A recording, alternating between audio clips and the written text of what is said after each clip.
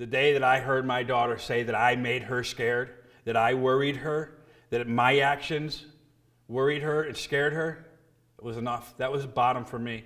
I've done a lot of stupid things, and there's been a lot of bad things that happened in my life, but none of them were enough to change me.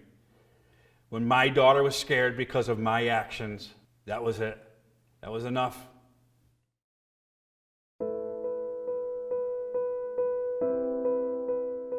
I was very worried about him. I just was worried about his health. Even being young, that I knew that something wasn't right. I was feeling very upset, and I was feeling lonely because my dad wasn't always there. I didn't really like the drinking and I didn't really like the smoking, but I knew that it wasn't something under my control. It wasn't a good time in my life. I was drinking extremely heavily, and I just didn't care. I had very little compassion in my body. At that point, I even started slipping away from my family. Was a horrible parent, a horrible father, horrible husband. Pretty nasty to think about where I was back then. I found myself just about homeless, and I needed a place to go. So I ended up at a Salvation Army in Waterbury. The people there were caring. The people were kind, compassionate, even to people like me.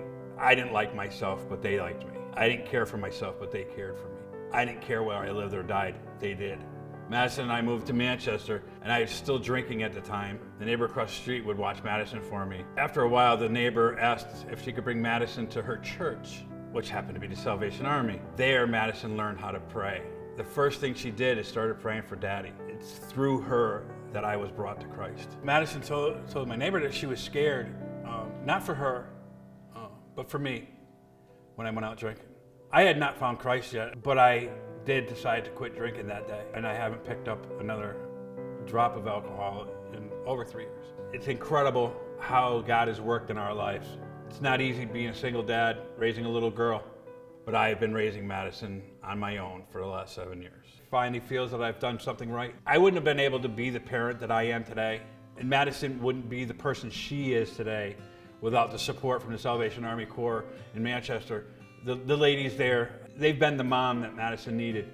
They've been the lady influence that Madison needed. We want to learn to know God and also learn how to serve Him. Jeff, that's where Jeff is now. He wants to serve God. He went from serving himself, but now he wants to be a better Jeff. God has called me to higher things. God has called me to full-time ministry. I've been accepted into the College for Officer Training in Suffern, New York.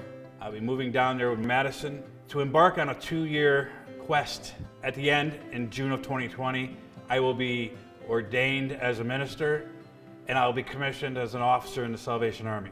And I'm excited. So it's my turn to do what others have done for me, bring them to Christ so that they can have a relationship with Christ, so that they can have the life that I have.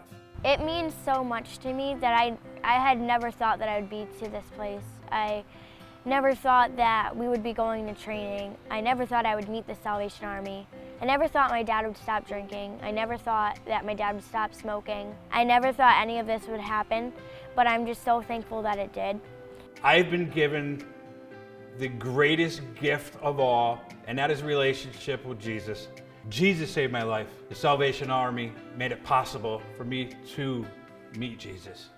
But now I can be that person that shows them it's not a story. It's real. I'm real. God changes everything. You don't have to live that way.